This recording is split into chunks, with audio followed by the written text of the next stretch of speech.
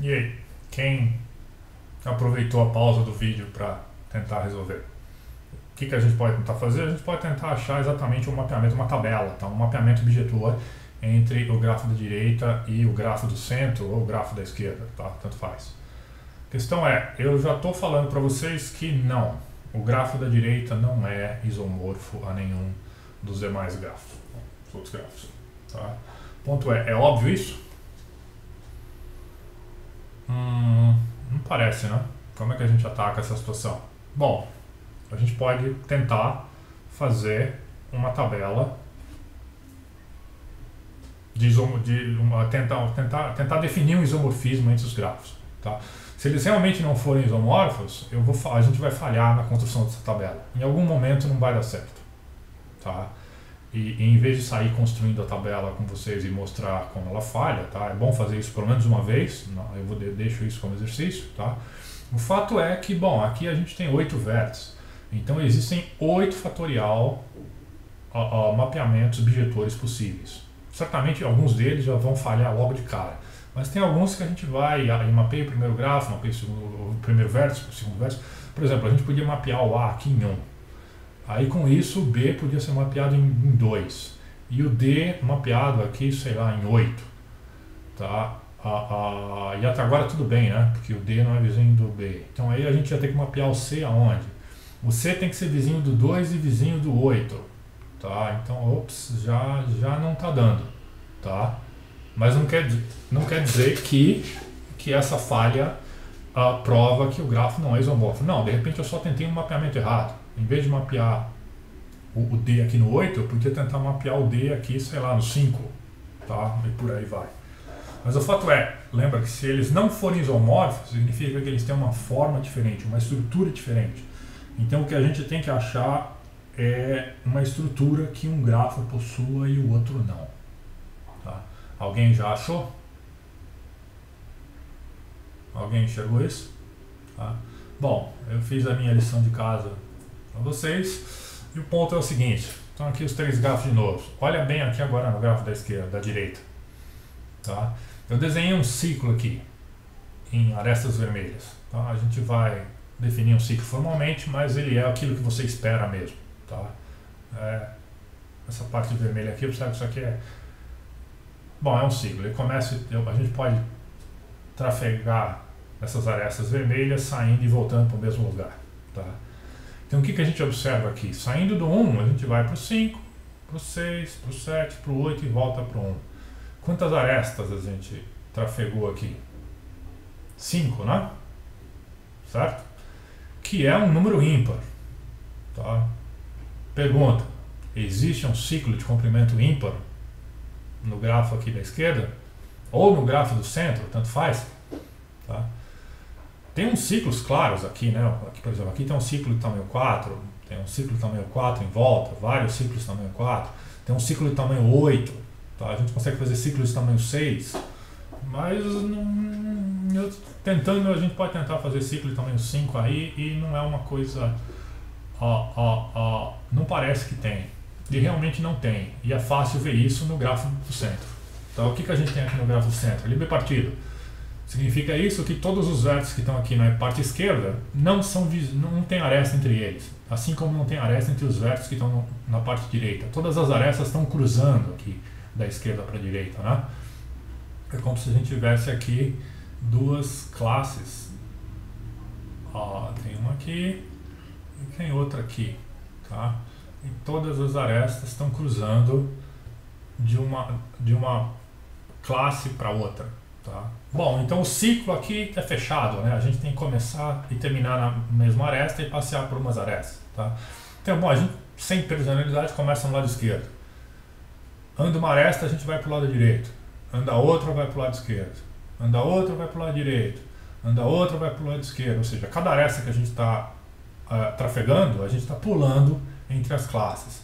E uma hora a gente vai estar no lado direito e vai fechar, voltar para o alfa no lado esquerdo. Tá? Bom, não é difícil perceber o quê? Que para começar e terminar no mesmo vértice, o número de cruzamentos que a gente tem que fazer aqui de uma classe para outra é sempre par. Tá? Não tem como produzir ciclos ímpares aqui. Então, mas o grafo da direita tem um ciclo ímpar lá. Então, olha, eles certamente não são isomorfos. Tá? Tudo certo? Bom, a história da existência de ciclos é apenas uma, nesse caso, uma condição suficiente, né? Para mostrar que eles não eram isomorfos. Pode ter uma coleção de outras estruturas que estão presentes num grafo, que não estão presentes no outro, e que elas são ligeiramente mais difíceis de achar do que essa simplesmente do ciclo ímpar que a gente colocou aqui. Tá? Então o ponto é, grafo-isomorfismo é um problema importante. Testar se dois grafos são isomorfos é um problema relativamente difícil, tá? No seguinte sentido. O primeiro algoritmo era da ordem de 2 elevado a n sobre 2. N é o número de vértices, e era um algoritmo exponencial, né? Muito ruim. E poucos anos depois ele caiu para alguma coisa como n elevado a raiz quadrada de n. Tá? Ou seja, ele já ficou subexponencial, mas mesmo assim ele ficou... Sim, o crescimento era muito grande, aí depois eles... Pouco tempo depois, alguns meses depois eles baixaram para 2 elevado a raiz cúbica de n. Mas aí esse bound ficou aberto, ficou estanque, quase, digamos assim, por, sei lá, 30 anos, 20, não chegou a 30, mas 20 e tantos anos, até que há uns 3 anos atrás, o Babai apresentou um novo algoritmo para grafo-isomorfismo, que é da ordem de n elevado a log de n.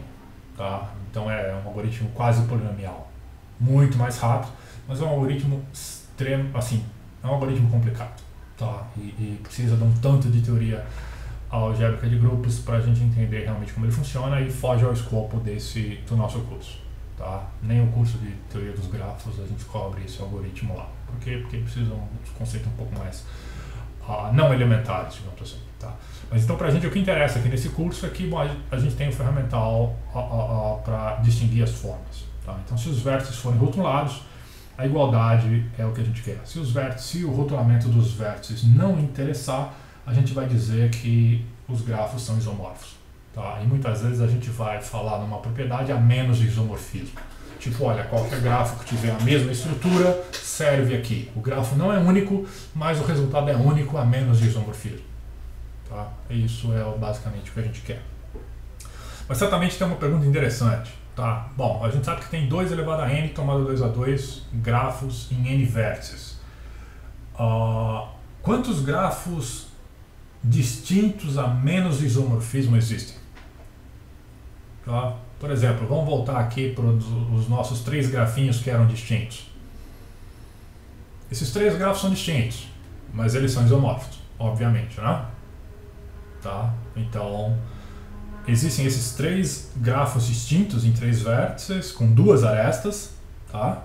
Mas eles são todos isomorfos. E a verdade é que em 3 vértices com 2 arestas, só existe um a menos isomorfismo. Por quê? Porque os 3 aqui são isomorfos, então eles estão na mesma classe de equivalência. Tá? Então o ponto é, se a gente quiser contar o número de grafos distintos a menos isomorfismo, dá para fazer isso? Dá. Mas o cálculo é um pouco mais complicado. Tá? A gente tem que usar um ferramental combinatório chamado teoria de contagem de Polya. Tá? E a gente não vai fazer isso aqui nesse curso. Tá? Talvez num curso de matemática discreta vocês vejam isso mais para frente. Tá? Então, nesse curso a gente vai se contentar com um seguinte fato. Tá? Que é o quê? Bom, denota por y de n aqui o número de grafos que são distintos em n vértices a menos isomorfismo. Ou seja, a gente esquece que os vértices são rotulados e, bom, quantos são distintos de fato? Quantos têm forma distinta, estrutura distinta? Tá? Bom, o que vale é a gente conhece uma relação assintótica. Tá? Que diz o quê? Bom, 2 elevado a n sobre 2. 2 elevado a n tomado 2 a 2. Né? Isso aqui é o quê? Isso aqui é um número de grafos em n vértices rotulados. Tá? Y de n é um número de grafos distintos em n vértices não rotulados, ou seja, menos isomorfismo. N fatorial. N fatorial é o quê? É o número de permutações em n elementos, né? Como vocês viram lá provavelmente em bases matemáticas e em PI também. Tá? Então isso aqui está dizendo o quê? Se a gente pegar o número de grafos distintos em n vértices a menos isomorfismos e rotulá-los, esses vértices, de qualquer jeito, tá? Olha, quando n for bem grande, isso aqui vai dar quase o número de vértices, o número de grafos que são rotulados em vértices distintos. Tá? Então, basicamente, diz o que aqui? Diz, olha, se a gente pegar um grafo aleatoriamente num espaço bem grande, ou seja, com n elementos, então, olha, a gente pode rotular os vértices lá de forma praticamente distintas e vai estar tudo bem. Tá? Isso aqui dá uma boa estimativa, a gente vai conseguir tirar uma distribuição de probabilidade depois disso aqui. Tá? E aproveitando que eu falei em distribuição de probabilidade, no começo do curso os nossos grafos são determinísticos. Tá? O que significa isso? A gente os grafos são dados. Tá? Eles podem ser dados explicitamente, como a lista de vértices e de arestas que eu forneci para vocês do grafo de Petersen, ou eles podem ser dados de forma implícita, como era a definição do grafo de Petersen, tá? Ou eles podem até ser dados de uma forma como um desenho aqui, para a gente operar manualmente, tá? Mas o ponto é que ele é dado, ele é determinístico, a gente vai saber o número de vértices e vai saber o número de arestas. Tá? Em poucas aulas a gente vai mudar desse modelo determinístico, depois que a gente tiver estudado algumas propriedades que a gente quer, tá? Sobre esses grafos, que elas existem em redes complexas, aí a gente vai adotar alguns modelos onde os grafos são probabilísticos. Sim. Basicamente existe a existência ou não da aré de arestas, elas estão ligadas a distribuições de probabilidade. Mas isso a gente vai chegar lá no momento oportuno. Então, por enquanto os grafos são determinísticos, mas olha, a gente vai tirar uma distribuição de probabilidade dessa relação assintótica aqui no futuro. Tá? Bom, então vamos aproveitar e agora colocar uma coleção de nomes. Tá? A nomenclatura e teoria dos grafos ela é muito feliz, tá? Porque ela é muito simples e ela basicamente representa aquilo que a gente de fato imagina. Tá? Mas a gente tem que fazer isso para estar falando a mesma língua. Então imagina que a gente tem um grafo lá VE, tá? E tem dois vértices U e V. Tá? Eu estou supondo aqui que distintos. Tá? A gente diz que eles são vizinhos ou adjacentes se tem uma aresta ligando os vértices U e V. Tá? Então nesse exemplo que eu coloquei aqui embaixo, o próprio vértice U e V aqui são vizinhos. O vértice U e W são vizinhos. Agora o vértice U e Z não são vizinhos, tá? Ou adjacentes. Por quê? Porque não tem uma aresta entre eles. Tá?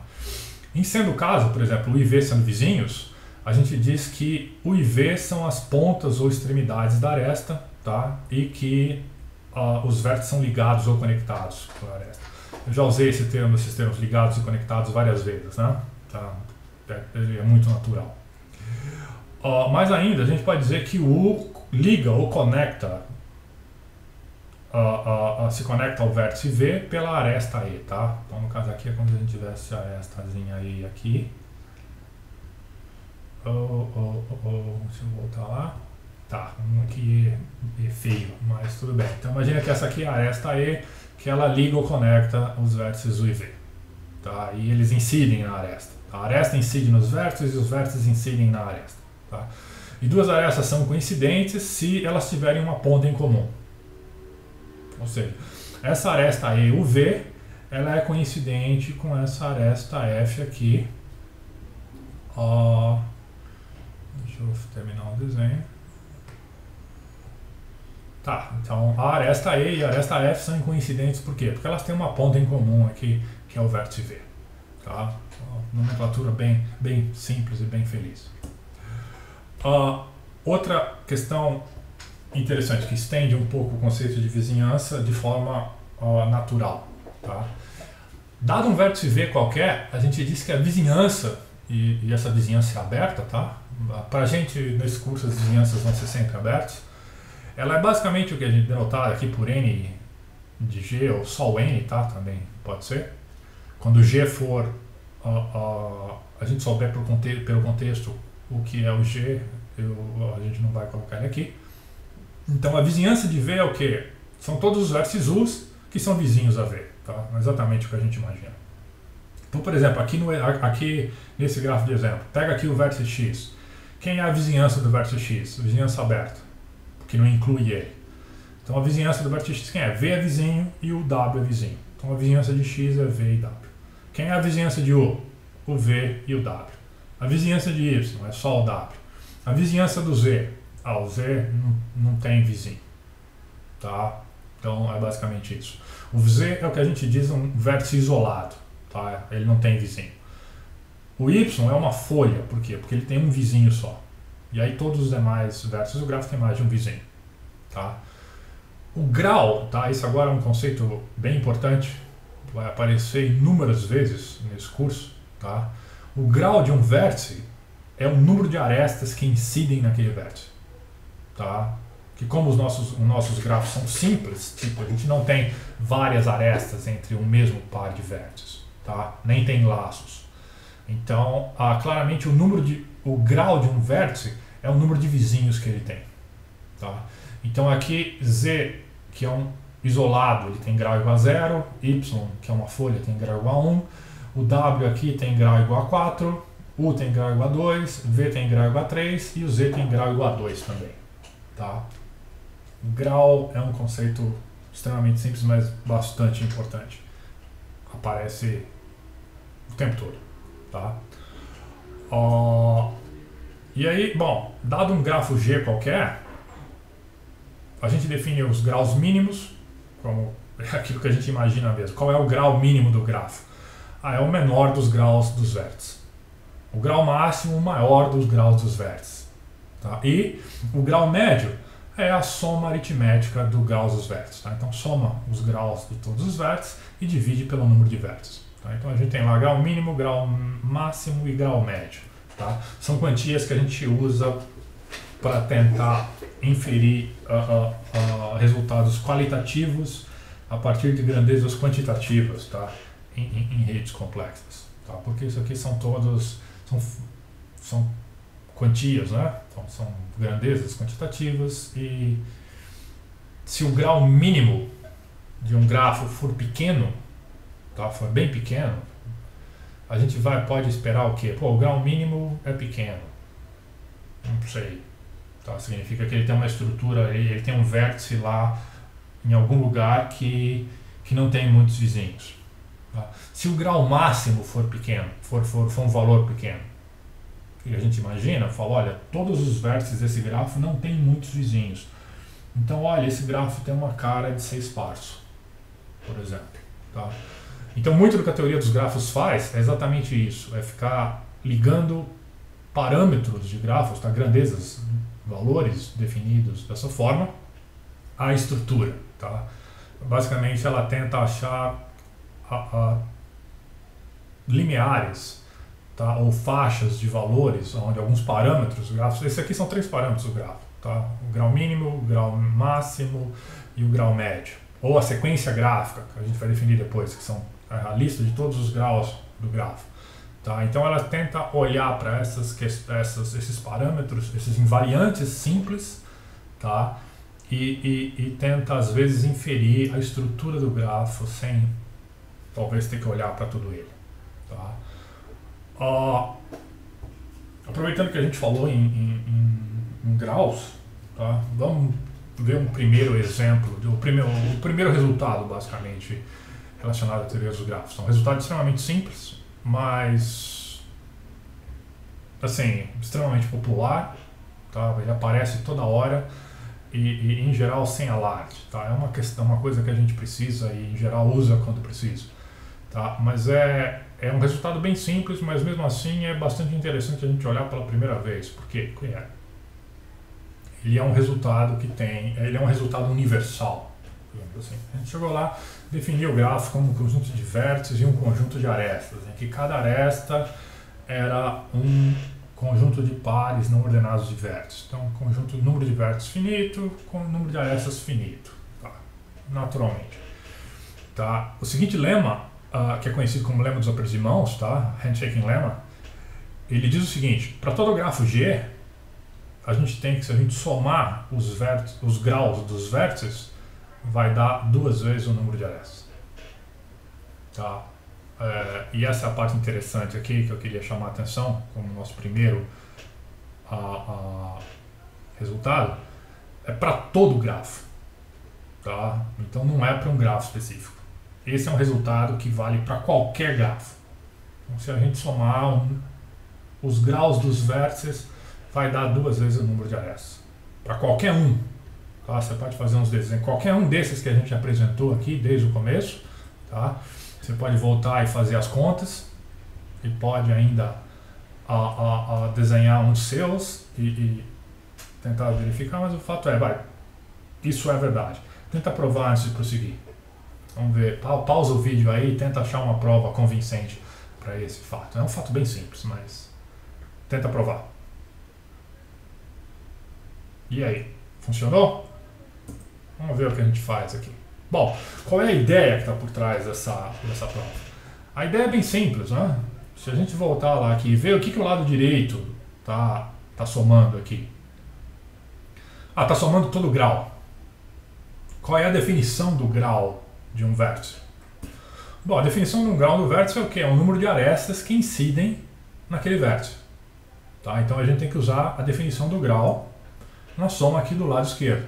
Então no lado esquerdo a gente está somando quantas arestas incidem em cada vértice. Tá? E aí a gente tem que concluir que vai dar 2 vezes o número de arestas. E então a gente parte aqui do lado esquerdo. Tá? Então a gente está somando aqui para todo vértice o grau dele. Bom, o que é o grau do vértice? É o número de arestas que incide no vértice, né? Então lá, para todo vértice, fixa um vértice, pega todas as arestas que incidem naquele vértice. Ou seja, uma aresta E que o V é um vértice de E. E ela contribui uma unidade. Tá? Então a gente transformou aqui uma soma em um duplo somatório, né? Por quê? Porque esse somatório mais interno aqui é a definição do grau, né? Tá? É praticamente a definição, como a gente expressa o grau. Bom, e o que a gente faz quando tem um somatório duplo em geral? Aqui tudo é finito, então tudo funciona. A gente não precisa se preocupar com questões de convergência, como existem em cálculo. Né? Tudo aqui é finito. Então, em geral, isso é uma técnica de prova, tá? Que é a contagem de 2 formas, que é extremamente útil saber, quanto mais cedo melhor. Provavelmente vocês já viram isso em algum outro curso antes. Quando a gente tem 2 somatórios, o que a gente faz? A gente inverte a ordem deles, né? E ajusta os índices de forma correta. Então aqui primeiro a gente está somando em V, a soma externa, como isso aqui é como se fosse um laço, né? Um laço for fazendo soma e outro laço for fazendo outra soma. Tá? Então o primeiro laço de soma está em V, o segundo laço de soma está em E, e aí tem a relação ligando V com E. Então a gente inverte a ordem da soma. Então a gente vai somar primeiro nas arestas, em E, ou seja, primeiro soma em E, e aí depois para cada aresta vai somar exatamente para o vértice que está naquela aresta, né? Tá? E aí vai dar soma 1 aqui também. Bom, para cada aresta, quantas vezes a gente está executando essa soma interna aqui? Cada aresta tem 2 vértices, né? Então, no fundo, o valor dessa soma interna aqui, para qualquer aresta, vale exatamente 2. Então, no fundo, a gente tem aqui uma soma para o número de arestas dos elementos 2. Então, não é à toa que isso aqui dá 2 vezes o número de arestas, né?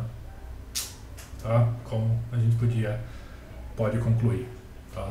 Interpretação combinatória disso, ou seja, a grandeza do lado esquerdo, a soma do lado esquerdo está contando o quê? O número de arestas que incidem em cada vértice. E cada aresta está sendo contada 2 vezes quando a gente faz aquilo. Tá? Não à toa que o resultado daquela soma vai dar exatamente 2 vezes o número de arestas que a gente tem. Por quê? Porque a gente está contando 2 vezes cada aresta. Uma vez para cada ponta que ela possui. Cada aresta possui 2 pontas. Tá? Então essa é a interpretação combinatória do Handshaking Lemma. Tá? Que tem a historinha lá, você vai numa festa, você aperta a mão das pessoas, tá? E tem alguém lá só contando quantas vezes cada pessoa conta quantos apertos de mão deu, no final eles somam todos os apertos de mãos e aí vão ver que acharam 2 vezes o número de apertos de mão realmente dado. Tá?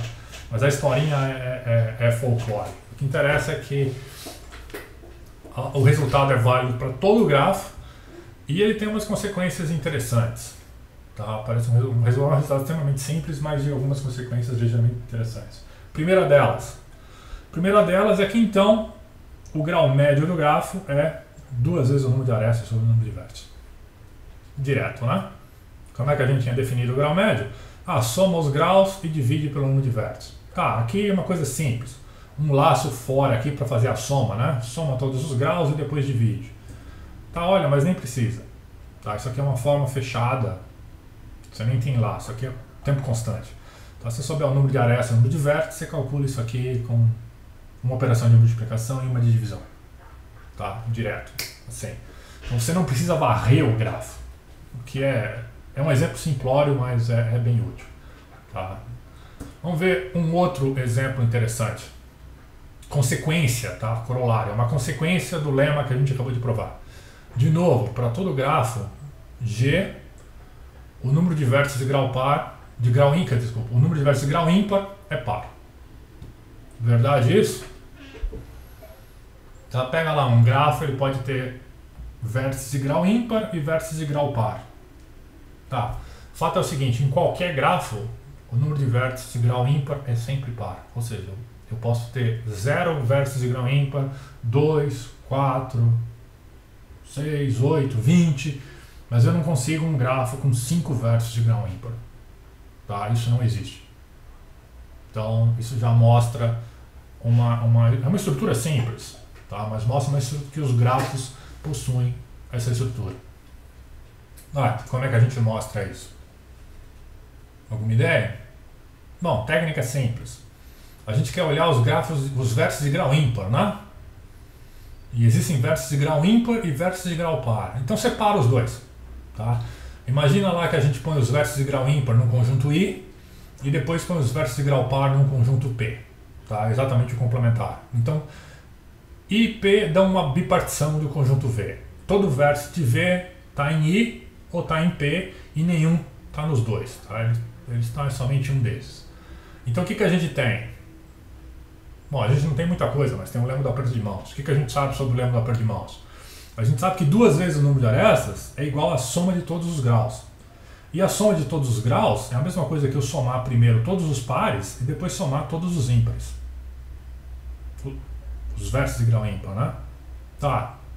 Até aqui tudo bem? Bom, 2e sempre é par, né? Qualquer que seja o número de arestas aqui, essa grandeza aqui sempre é par. E mais, essa grandeza que está aqui, eu estou somando os graus dos vértices que eu sei que tem grau par. Ou seja, aqui eu estou somando um monte de números pares.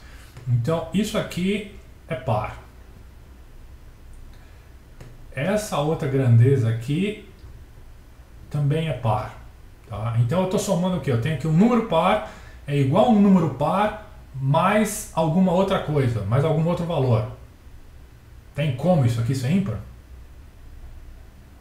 Essa soma aqui, que eu estou somando os vértices agora de grau ímpar, ela pode ser ímpar? Não, né? Por quê? Porque a gente sabe que a soma de um número par mais um número ímpar daria ímpar. Mas espera aí, o lado esquerdo lá é par. Então isso aqui, a soma dos vértices de grau ímpar também é par. O resultado dessa soma aqui é par. Bom, como é que isso acontece? Eu estou somando um monte de números ímpares e estou tendo um resultado de números pares. Bom, não é difícil perceber que se a gente somar um número ímpar de números ímpares, o resultado vai dar ímpar. Tá? Então, naturalmente, a gente está fazendo o quê? A gente está somando um número par de números ímpares aqui. Então, essa grandeza é par, essa é par. Combinando as duas, dá um valor par. Então, nós temos o número par do outro lado. Então, simplório, mas a gente está no começo. E vale bonitinho mesmo assim. Tá? Legal, né? Então a gente sabe que, olha, então em qualquer rede, tá? Em qualquer cidade, o número de vizinhos que tem um número de pessoas, o número de casas que tem um número ímpar de vizinhos é par. Tá? Em qualquer rede social, o número de pessoas que tem um número ímpar de amigos é par. E por aí vai. Tá?